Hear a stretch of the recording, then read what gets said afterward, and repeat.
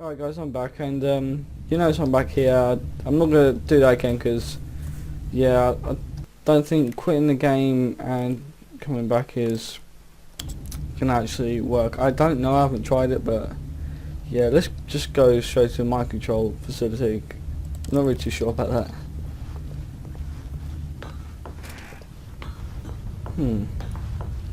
Mind control.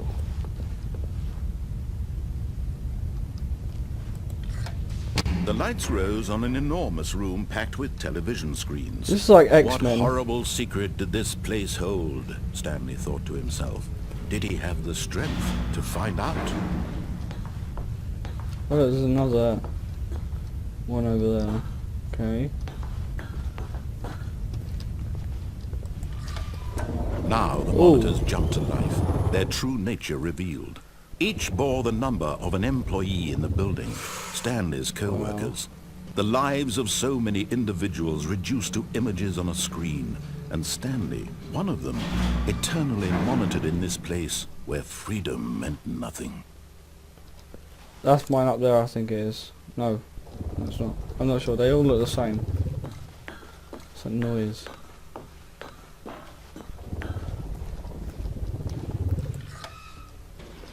This mind control facility, it was too horrible to believe. It couldn't be true. Had Stanley really been under someone's control all this time? Was this the only reason he was happy with his boring job? That his emotions had been manipulated to accept it blindly? No. He refused to believe it. He couldn't accept it. His own life in someone else's control? Never! It was unthinkable, wasn't it? Was it even possible? Had he truly spent his entire life utterly blind to the world? Okay. But here was the proof. Whoa. The heart of the operation. Controls labeled with emotions. Happy, or sad, or content. Walking, eating, working. All of it monitored and commanded from this very place. And as the cold reality of his past began to sink in, Stanley decided that this machinery would never again exert its terrible power over another human life. For he would dismantle the controls once and for all. Okay, yeah, I thought it was going to be like one that was online. But no, and I saw a button up here, I think. So yeah, that. I think that's a button, so let's try that. Oh, yep, it is. Number 4. Oh, you gotta do the buttons in order. Okay, so that's 4 up there. That's one other button over there. Anything up here? Nope. Okay, so that's 3. Is this 2 or 1? 5? At least we got. Always. I'm gonna go find these numbers first. Ooh, red button. No, I can't press it. Alright, let's go over here. See some more buttons. Oh! You can't jump. Let's go check that a second.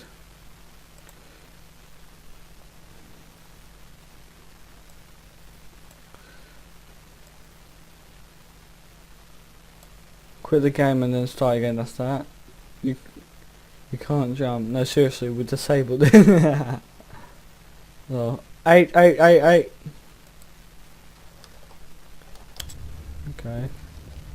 Okay, where's number 3? I haven't found number 3 yet. So there's 1, 2.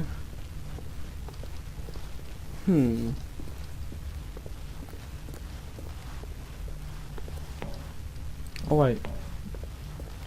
3's over there, isn't it? I'm an idiot. Is there a timer?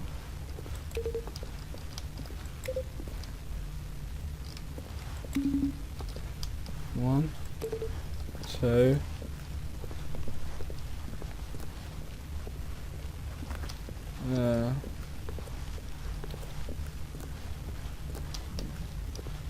Oh yeah. 3. Let's go number 4. I wonder what this would do once we've done all this. And I really want to know what that is all about. 4. And we got one last one, number 5. I noticed I don't really sound like enthusiastic in my videos, so yeah, I'm gonna try to start doing that. So yeah. Okay, I don't have to do anything, so let's go in here. Minor controls idle, awaiting inputs. And when at last he found the source of the room's power, he knew it was his duty, his obligation, to put an end to this horrible place and to everything it stood for. Let's go off. Power terminated. I think I'm going to need to end the video soon. Ooh. I think there's some 3 doors. I'm in like a little square thing. Blackness and a rising chill of uncertainty. Was it over? No! Yes! Oh, He had won! He had defeated the machine!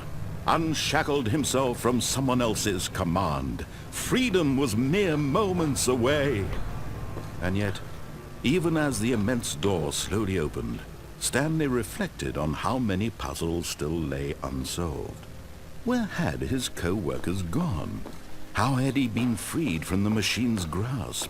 What other mysteries did this strange it's building going hold? downwards. But as sunlight streamed into the chamber, he realized none of this mattered to him, for it was not knowledge or even power that he had been seeking, Ooh. but happiness. Perhaps his goal had not been to understand, but to let go. No longer would anyone tell him where to go, what to do, or how to feel. Whatever life he lives, it will be his. Ooh. And that was all he needed to know. You know it's not It real. was perhaps the only thing worth knowing. Stanley stepped through the open door. Can't yet. Stanley felt the cool breeze I'm not on his moving. skin, the feeling of liberation, the immense possibility of the new path before him. This was exactly the way, right now, that things were meant to happen. And Stanley was happy. And it's all just a dream, isn't it? that would suck if that was. Beat the game. This is not the end. As it says there, this is not the end of the game. I mean, come on. What the? Knew it. A soft wind blew outside and perhaps rain started, and if it did, it stopped shortly after. Stanley hoped that he would one day see weather. Wow.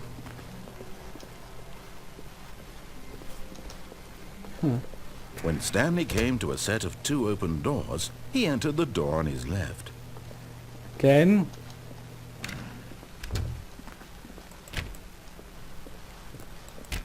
I really want to find that 8 button. Yet there was not a single person here either. Feeling a wave of disbelief, Stanley decided to go up to his boss's office, hoping he might find an answer there. Again? Ooh. Closet room. Stanley stepped into the broom closet, but there was nothing here, so he turned around and got back on track. Oh, I'm just purposely staying there. There was nothing here. No choice to make, no path to follow, just an empty broom closet. No reason to still be here. Let's just stay there for a bit long. It was baffling that Stanley was still just sitting in the broom closet. He wasn't even doing anything. At least if there was something to interact with, he'd be justified in some way. As it is, he's literally just standing there doing sweet FA. Fuck all. One more time. Are you really still in the broom closet? Standing around doing nothing? Why? Please offer me some explanation here. I'm genuinely confused. Right, one more. Oh, come on, one more time. That's it. You do realize there's no choice or anything in here, right? If I'd said Stanley walked past the broom closet, at least you would have had a reason for exploring it to find out. But it didn't even occur to me, because literally, this closet is of absolutely no significance to the story whatsoever. I never would have thought to mention it. Come on. Oh, there has to be more. Come on. Maybe to you this is somehow its own branching path. Maybe when you go talk about this with your friend, you'll say, "Oh, did you get the broom closet ending? The broom closet ending was my favourite." I hope your friends find this concerning. Right, let's go out now. That was funny. Coming to a staircase, Stanley walked upstairs to his boss's office.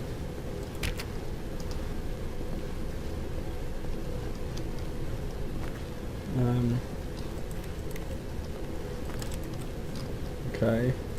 I just want to see what's down here. But Ooh. Stanley just couldn't do it. He considered the possibility of facing his boss, admitting he had left his post during work hours. He might be fired for that. And in such a competitive economy, why had he taken that risk? All because he believed everyone had vanished? His boss would think he was crazy. And then something occurred to Stanley. Maybe, he thought to himself, maybe I am crazy. All of my co-workers blinking mysteriously out of existence in a single moment for no reason at all. None of it made any logical sense. And as Stanley pondered this, he began to make other strange observations. For example, why couldn't he see his feet when he looked down? Why did doors close automatically behind him wherever he went? And for that matter, these rooms were starting to look pretty familiar. Were they simply repeating? Yes. No, Stanley said to himself, this is all too strange. This can't be real. And at last, he came to the conclusion that had been on the tip of his tongue. He just hadn't found the words for it. "I'm dreaming!" he yelled. "This is all a dream." Oh, what a relief Stanley felt to have finally found an answer, an explanation. His co-workers weren't actually gone. He wasn't going to lose his job. He wasn't crazy after all. And he thought to himself, I suppose I'll wake up soon. I'll have to go back to my boring real-life job pushing buttons. I may as well enjoy this while I'm still lucid. So, he imagined himself flying and began to gently float above the ground. Oh my god. Then he imagined himself soaring through space on a magical starfield, and it too appeared. It was so much fun, and Stanley marveled that he had still not woken up. Christ. How was he remaining so lucid? And then perhaps the strangest question of them all entered Stanley's head. One he was amazed he hadn't asked himself sooner. Why is there a voice in my head dictating everything that I'm doing and thinking? Now the voice was describing itself being considered by Stanley, who found it particularly strange. I'm dreaming about a voice describing me, thinking about how it's describing my thoughts, he thought. Oh my god. And while he thought it all very odd, and wondered if this voice spoke to all people in their dreams, the truth was that, of course, this was not a dream. How could it be? Was Stanley simply deceiving himself, believing that if he's asleep he doesn't have to take responsibility for himself? Stanley is as awake right now as he's ever been in his life. Now, hearing the voice speak these words was quite a shock to Stanley. After all, he knew for certain, beyond a doubt, that this was in fact a dream.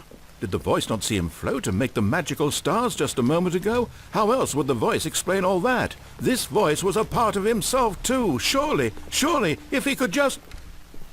He would prove it. He would prove that he was in control, that this was a dream. So he closed his eyes gently, and he invited himself to wake up. He felt the cool weight of the blanket on his skin, So the weird. press of the mattress on his back, the fresh air of a world outside this one. Let me wake up, he thought to himself. I'm through with this dream. I wish it to be over. Let me go back to my job. Let me continue pushing the buttons. Please, it's all I want. I want my apartment, and my wife, and my job. All I want is my life exactly the way it's always been. My life is normal. I am normal. No, you're not. Everything will be fine. Nope. I am okay.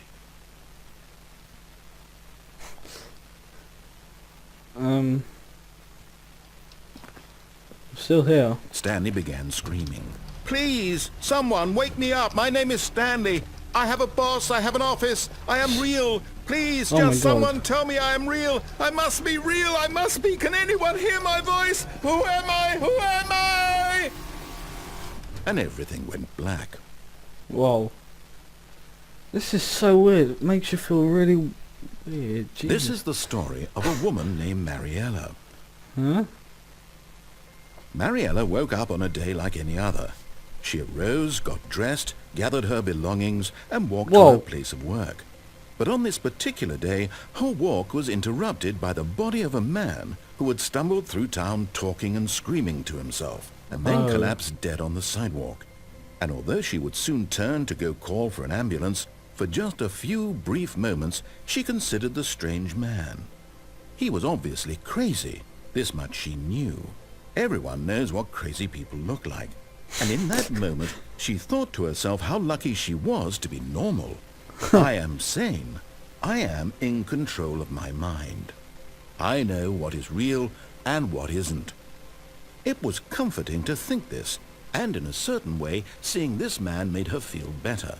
But then she remembered the meeting she had scheduled for that day. The very important people whose impressions of her would affect her career, and by extension, the rest of her life. She had no time for this, so it was only a moment that she stood there, staring down at the body. And then she turned and ran. Well. Okay. What is going on? I have really no idea, but hopefully... Oh. Okay. Well, on that note, I think I'm going to end the recording session here. I think I've got like 2 episodes at least. So, yeah, hopefully you've enjoyed the Stanley Parable so far. It's actually quite fun and confusing at the same time. So, yeah, hope you enjoy. So, like, comment, subscribe, and see you later.